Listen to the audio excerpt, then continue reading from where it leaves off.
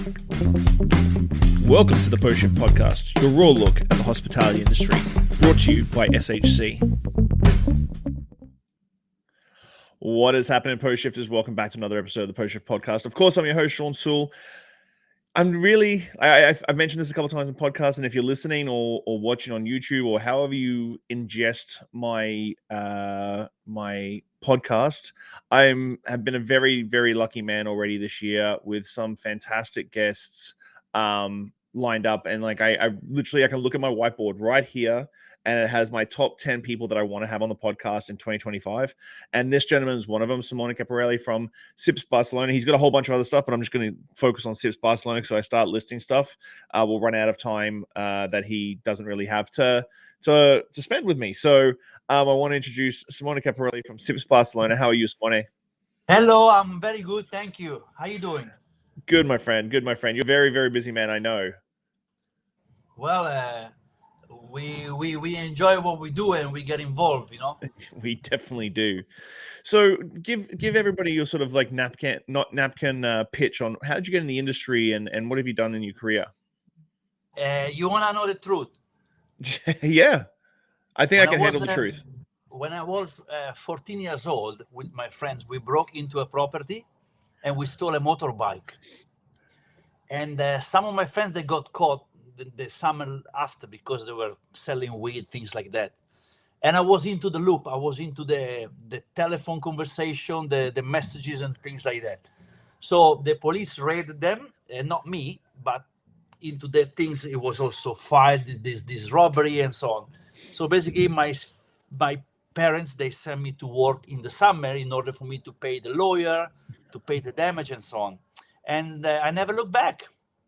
That's the best origin story I've ever heard, because it's usually romantic. Like, I'm a third generation Italian bartender. I used to sit in my grandfather's bar and have drinks. That is a great origin story. But if I wouldn't put myself in trouble at that age, most likely I would be doing something else today. So that's incredible. I've always been grateful, even for certain mistakes that I've done. That's fantastic. That will lead me to somewhere else here. How has that shaped your like early years? How has that shaped your approach to hospitality as you've gone through? Like, you've been at the Artesian, you've been at some of the most influential bars, and still at some of the most influential bars in the world. How's that shaped the way you do hospitality? Well, it definitely shaped me. But first of all, I've always been curious, and I always been able to surround myself with curious people, or to foment each other to wanting to know more about certain things. And that's, I truly believe, is one of the reasons why it helps us to grow and being involved more with also with a passion as well. No, you discover, you develop it, and without that you cannot go that far, I reckon.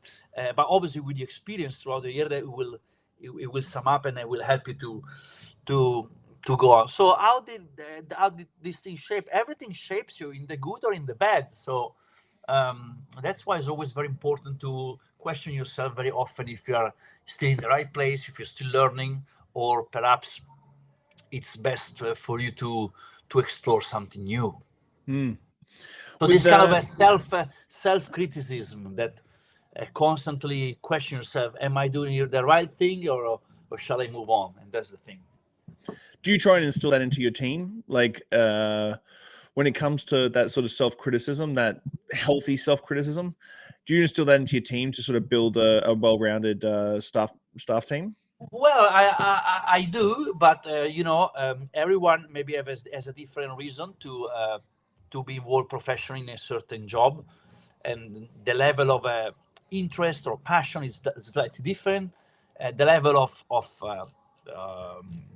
experience, it's different because of the year, but it can always grow and improve. So I learned, to be honest with you, that sometimes if you expect too much from people that we cannot deliver, then you get maybe a little bit disappointed. So for me, I like to be involved and I like to be around. So in between this call, I'm actually in the service tonight, not because they need an extra person in the shift, but I want to be there and be part of it. And when they see you carrying trays, they say, well, if he does it, I need to do it as well, you know? Yeah, leading by example is something that I feel when you get to a certain point in your career is very tough at times to get your team on the same sort of pathway. You've always been big on breaking the traditional mold. Well, outside looking in, you've always been big on breaking the traditional mold of bartending. What do you think the next big shift in the industry for you is when it comes to your approach to cocktails and service?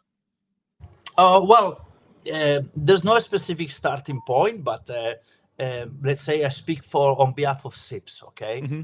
and when it comes to drink, we look for taste, respect of the raw materials, or really to praise and take the most out of it, um, the ingredient. And when it comes to the hospitality part or the service part, which obviously hospitality and service are two different things, but they combine together very well. People need to enjoy it. Not necessarily they will understand everything, but as long as they enjoyed it, you know, it's like a song. You know, there are many songs of, let's say, in English or in other language that are very popular in other countries where people not necessarily understand what these songs say, but they enjoy it, they dance on it. You know, and a drink should be, or an experience should be exactly like that. Not everyone is interested if you clarify things or if you ferment, but everyone can still enjoy it if you're capable to deliver it and make them understand the purpose of it, the enjoyment of it. So Sips was your first place that you opened and owned, correct? Beg your pardon? Sips is the first place you've opened and owned? Like By open my, as your well, own, yeah. yes, and when I say by my own, it's not just me, but it's Yeah. also Mark Yep. Alvarez, who's my business partner. So when you did that, you've obviously got the international recognition, and we can have a whole conversation about awards and international recognition. What was the biggest challenge when it was coming to open up SIPS to creating a concept that ambitious? Well, the biggest challenge was to let the rest of the team understand what SIPS is, in order for them to understand the identity, and then for them every effort they were doing it was be able to be applied and absorbed by SIPS. So I know it can sound very poetic, but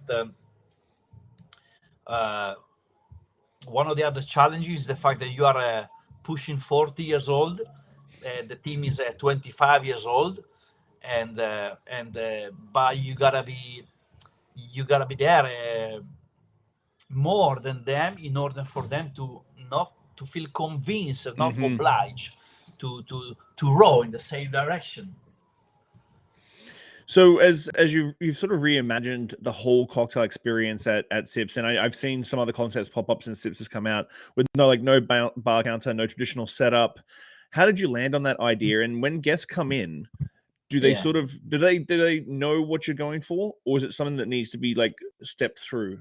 Well, it needs to be stepped through sometimes. For example, as you mentioned, we don't have a bar counter. We don't have a physical bar counter that everyone is used to find or recognize.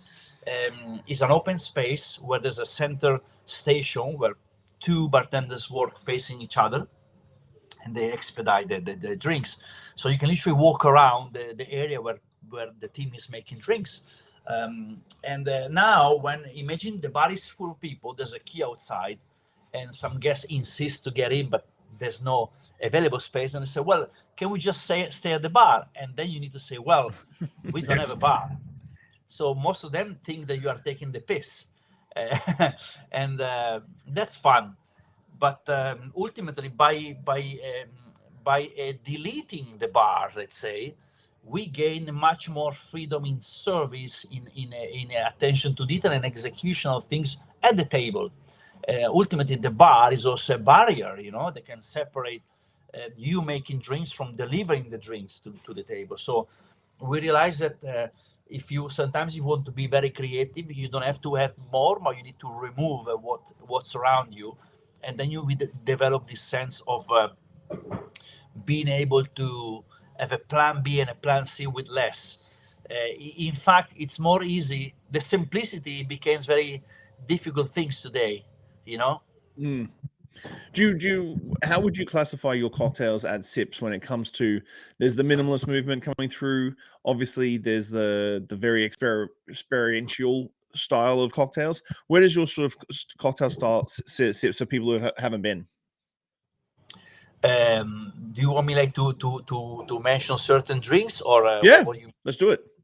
Well, we generally start with, first of all, we ask the preferences of the guests, if they have any preferences in terms of spirits, in terms of flavor, any allergies, of course, or things they would like to avoid.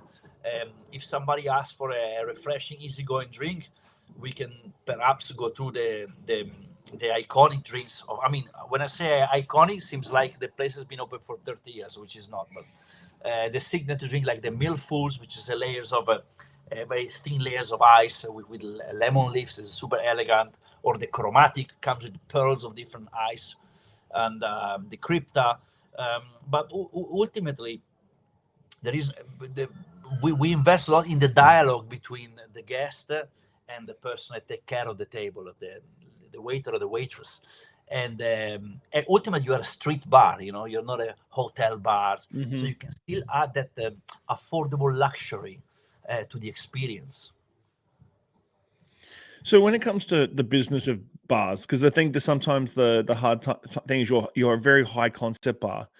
How do you balance out on a personal level the business of the bar as well as that creative side and like working with the team and the culture? Well, you mean around the different colleagues? No, like just the back end business of the bar. Like, are you making money? How do you sort of balance out the business Yeah. money side of the bar? Look, when we decided to open SIPS, we wanted to do a small space. In fact, SIPS takes only 35 people. Now, a bar with 35 people, you will never be able to serve 400 people a day. You would generally go around 170, 190 people. More like 170 right now, because we have extended the seating time to do less people, but more experience, more time. So we knew from day one that we would never get rich from it.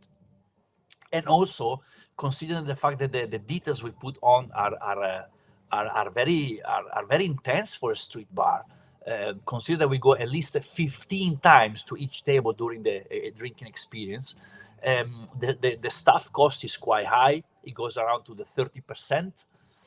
The beverage cost is controlled, but ultimately we are still capable to extract a 7, 18, 19 of profit.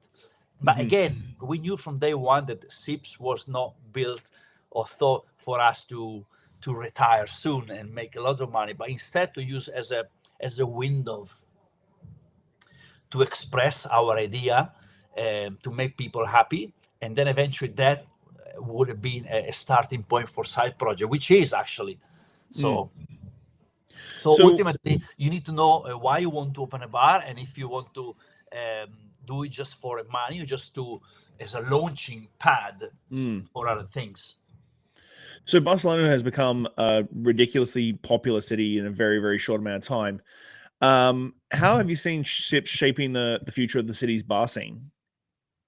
Well, I think that SIPS, alongside other bars, which were open pretty much in the same time from foreigners like me, made everyone else realize that Barcelona is a city, first of all, that welcomed small entrepreneurs, is a city enough curious to support your concept. It's international, it's young, it's not a metropolis that people feel stranded and isolated. So, or lonely, like let's say I lived in London, I can feel there's a huge difference about these human values. So it's literally it's a beautiful place to start something. And also for a business point of view, certain operational costs are way more human than big cities. So it's really inviting to make a business here. And then around us, everybody increased the prices after we opened. So because it was kind of maybe an analysis of the market of the neighborhood. So so we raised the prices as well. So now it's pretty much you can have a similar drinks to a decent price, yes, but not crazy price.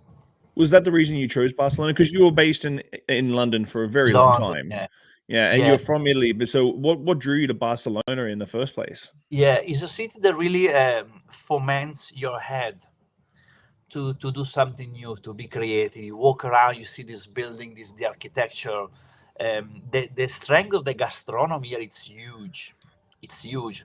So it's literally is a city that, despite the fact it's really cool, for me it feels like that there's something that push you to do things here, you know. Mm. And there's a lot of craft, there's lots of artisans. So you speak directly with the makers of the glassware, with the makers of um, people that can make silicone molds for you to do Oh, to do wow. ice and so on. So yeah, there are no agency, there are people here, you know. That's very cool. So tell us what made you, what drew you to do taking over Boadas? Because My love story. this is a fantastic story, Okay. and like what was the driving force? Because again, as you said, like you love SIPS, it was very high concept, love, and then you take over Boadas that's 100 and something years old. Yeah, so in 2008, I was in Lake Como, that's where I'm from, and there was a bartender doing a throwing technique for a Bloody Mary, something that I've never seen in my life. And he explained me a little bit of that. Kind of forgot about it. Then I went to London.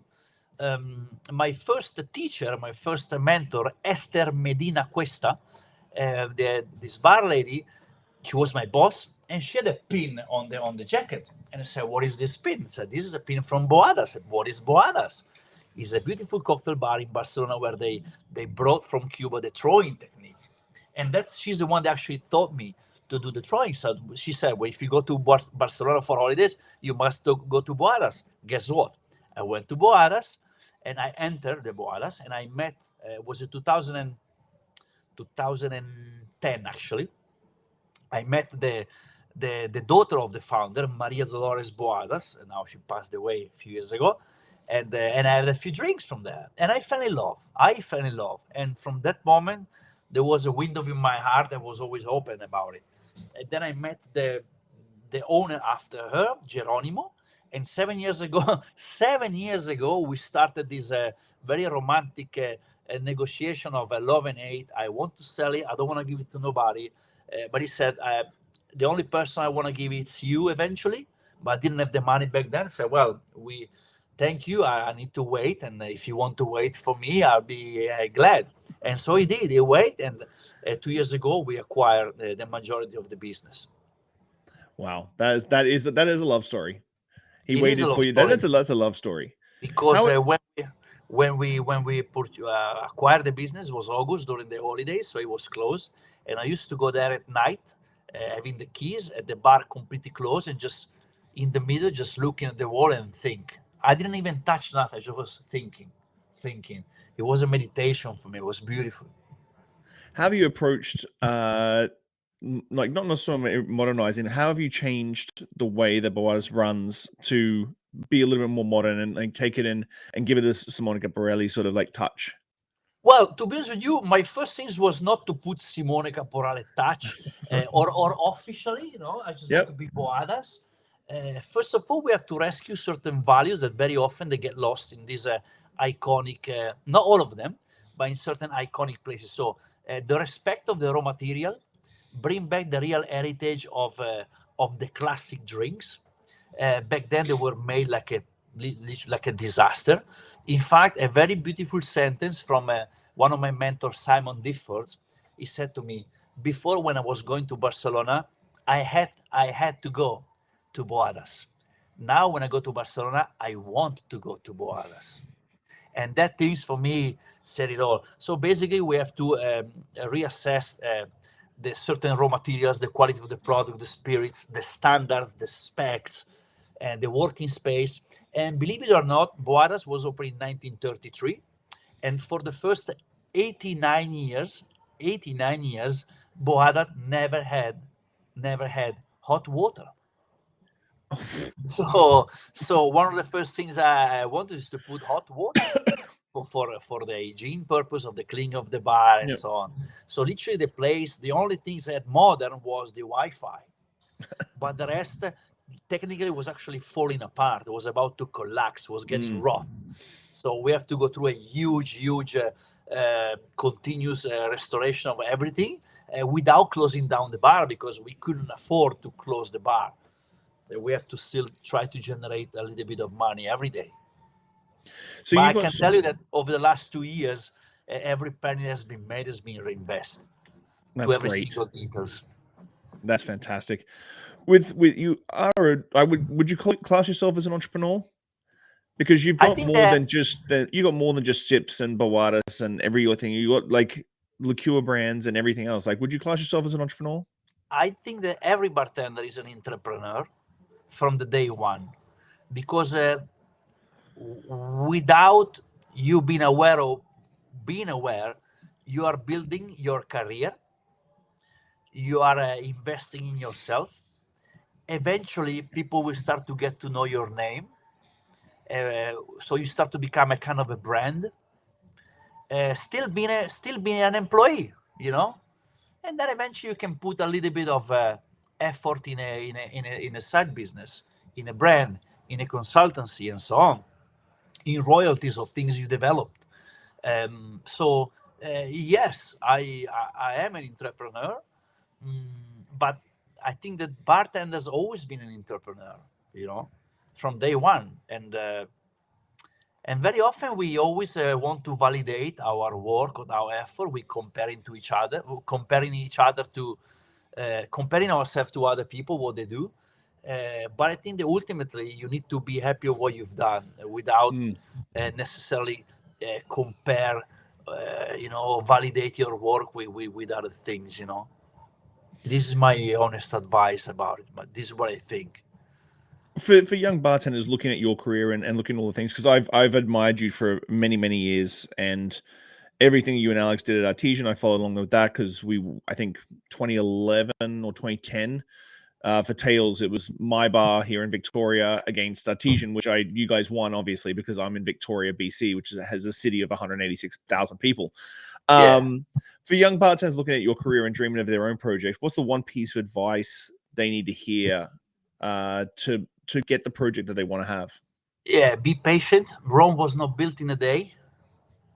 Now everyone seems like they want everything done in 2 years, and it doesn't work like that. It doesn't work like that, and so it. I've been lucky because and unlucky because I have to burn certain stages of the career, and that basically deprive you the chance to learn more harmoniously certain things, and you need to get them quick. And when things are got quick, you don't know if they're right or wrong, so you need to constantly question yourself if it was right or wrong. And so the advice is don't rush. When SIPS got the award of the 50 best bar, I would say, oh, well, they after 2 years. No, it's not. It's after 20 years they've been working, So they don't see that part, So don't rush. Everybody goes fast. Try to age a bourbon of a rum faster. It's going to taste like a disaster. Well, this is exactly what's going to be if you want to rush your career. This will be not as good as it can be. That's nice. If you could sit down with a drink with Miguel Boadas himself, what would you ask him? And more importantly, what would you serve him? What we're asking, well, I would serve him a daiquiri with lime, because when he moved down in Spain in 1922, lime didn't exist here. You have the lemon, the yellow one. And until the mid 90s, Boadas always did the daiquiri with lemons because there was no commercialized in Spain limes. So I would definitely make him try how a daiquiri with lime tastes like in Europe after he brought it from Cuba. And what did I ask? What did I tell him?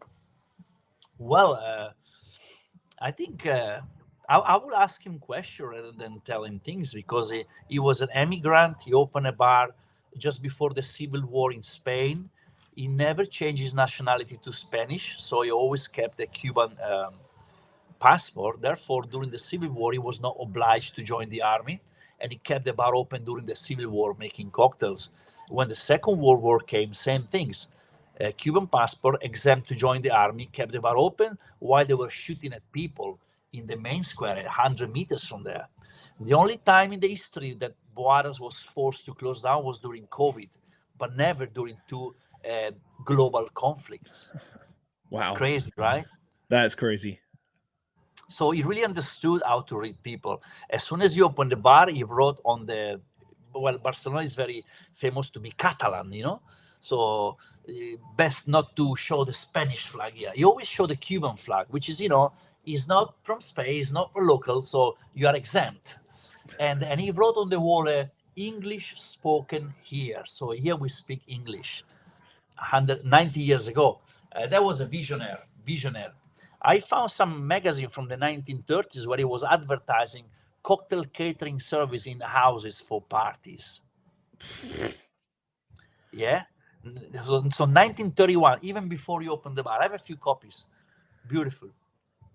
That's He was insane. a visionary. He was a visionary. Is there a Boadas book coming down the pipeline then? Is there a Boadas history book coming down the pipeline from you? Boadas has been self-publishing book until the early 90s. We have original copies. Nowadays, to be honest with you, the book is very romantic, but I would rather go more digital in order for people to... again, it's nice to gift a book, but you never know if people actually read it or not. So now with the Art of Shaking, we've been documenting the how to fix drinks, because there are certain classic cocktails that are very famous. Everybody tried them once, but then stopped doing them because perhaps they couldn't adapt anymore to the current or modern palate. So we developed this course of how to fix some existing recipe that never became that famous, like a daiquiri or like a Manhattan, for certain technical reason. So it's not to say I made my own book, but I rather put my effort in something more tangible and something more immediate in terms of feeling. As we were talking before I got you on there in the green room, you're extremely busy. You're in between service. You're about to start service, right? No, the service has started 2 hours ago. Okay, and now we have a new floor manager. She has been working at the 11 Madison Park in New York. Oh, nice. And she has been working in London in the Claridge's. And we said, we said to her, we want you to come here and we want to learn things from you that we never knew. And we want to implement things that we don't know, but we still believe they are important to have. Oh, that's a cool... I've read a lot about 11 Madison Park, their little touches, their little signals, and just their backstories on guests and stuff. It's incredible. So, as a busy gentleman, what is your plan for the next 6 to 12 months? What have you got on the books? Oh, for the next year, well, I will travel basically every week. It can be a couple of days trip, can be 24-hour trip, can be multiple days, to represent SIPS and Boadas, to do certain activity related to the brands that I co-own, spirits brands or Italian aperitifs. And I won't have many days off, but this is what I love to do. So I'm not checking that much the clock and the days. We want to do a couple of events with SIPS International, but very well curated. The format of the guest bartending in general, I think, is a little bit dying. In my opinion, I don't see any evolution. I don't see any improvement. It has been a kind of an instant, immediate commodity to shoot some bullet in the air, but you don't know exactly where they are going. So, fun enough, SIPS over the last 4 years did less than 6 guest shifts in 4 years. Where certain bars, their tactic is do as many guest shifts as you want to promote, but there's no right or wrong. There's only what you think it's right for your line of work. But as I said, we have to do a couple of very cool things with SIPS. Boadas, it's easy to replicate. It's easy to bring it around. It's ultimately it's classic drinks, very well executed. Now you ask, well, what's the deal? There are classic drinks everywhere. Yeah, there are classic drinks. There are classic drinks that give you the goosebumps. If they don't give you goosebumps, it's because there's something missing. Still being a classic drinks. So yeah. On so that, every week I will be around. On that, like as you said, you're going on 40. Been doing this for 20 plus years. I know I'm actually today is my 28th anniversary in the industry. Oh wow! Congratulations. Yeah. Thank you. How do you balance out, just what do you do for your mental health? Because outside looking in, everybody always thinks pop-ups and traveling and all that sort of stuff is fun. A lot of the time it's a lot of airplane time with 6 hours in a city and then back to the airport. How do you balance that out mental health wise? Well, mental health, if you're happy with what you do, you don't suffer. I give priority to certain things and not to other ones. Fun enough, on the 14th of February, I said I want to try how I feels without drinking alcohol, and I taste drinks every day. So I taste, and of course, whatever I taste, I swallow it. Okay, I don't spit it out, but not that I sit down and have a drink. I've been to Singapore 3 weeks ago. Yeah, I have a couple of beers, but then back to regime, and I actually like it. Does it helps? Well, perhaps you wake up more elastic, but ultimately, I'm happy with what I do, and I feel blessed. I feel privileged, and that is part of my personal message, saying, well, don't complain, and would I like to sleep more? Of course, but I also enjoy to be around at work. So um, everyone has his own traumas from the whatever childhood, things like that. It's important to address them and be able to control certain of your pattern of behavior and say, why I'm behaving like this. Then now I know why, so I can prevent it. I can think twice before acting to a certain way or thinking to a certain way. Um, it's an important topic, but it's so personal that there's no specific pattern that you can suggest to everyone. But yes, I think I'm the kind of person that when I get tired of something, when it doesn't excite me anymore, I will say, what, I'm not gonna do it anymore. And maybe one day I will say, you know what, I'm done with this. I go to do gardening, for example. I hope it will never happen. But when I lose the romance of what I'm doing, the purpose of things, I just close the chapter. I just close the page. It's a good way That's of it. looking at it. I know you're a Look, busy guy. yeah, no. Well, it's good to be busy, and I met people like this. They praise about mental health. They praise about it. Maybe it's part of the business model. And then when they are hidden and nobody sees them, they do things totally against the mental health. It's your choice. I don't praise. I do what I want to do. Let's say my private life, and yeah, just. These are very important things. I wouldn't use them as a topic to praise too much, And I met so many mental health advocates. Beautiful mental health advocates sounds important, and then they're queuing the bathroom to do a line when nobody sees them. So do what you want to do. Try to be successful in what you do, but just follow the line you've chosen, not just. One day is red, one day is blue, just because it looks cool. It's a good call. So we're at the end of the podcast, and I want to do the 5 Why deep we questions. are at the end? It's a short podcast. We're getting up into we're almost at 40 minutes. You know why? Because the time goes very fast when I chat with you, which means I'm enjoying a lot. Thank you. You're very welcome. So I do these 5 deep questions for everybody at the end of every podcast, and Yeah. it is what is one lesson of experience that has shaped your perspective the most, and how do you carry that forward in your life?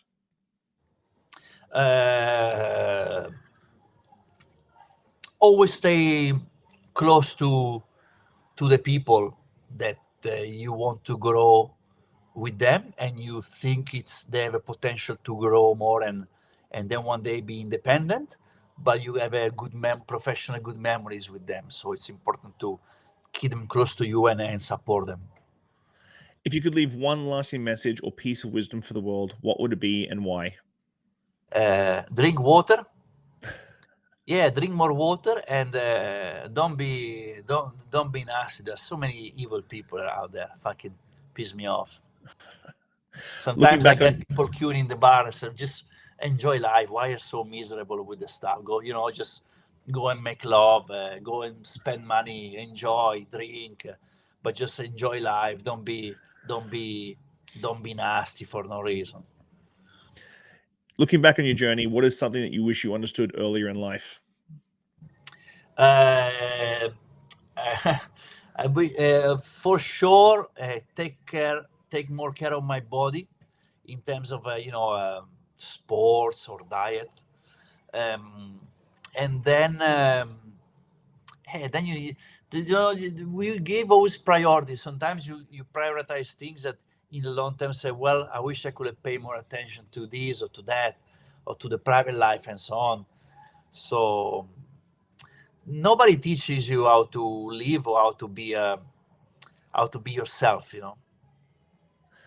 How do you define success, and has that definition of it changed over time? For me, the success is when you go to sleep at night and you know that you've done something good on the day, and tomorrow you will start again, perhaps working on that. And throughout the years, of course, it has changed. Maybe success when I was young, I thought they were the money, and now I think is to feel well. Am I successful? Yes, I am. In what matter? In the matter that, first of all, I can choose. I can say yes or no to certain things, and that's it's called also freedom. And for me, that is also be successful. Be free, professionally speaking, to express myself. At my own expense, at my own risks. But that for me is a type of a success. What do you hope your legacy will be, and what steps are you taking to build it? Oh, legacy. I don't know. I never thought about it.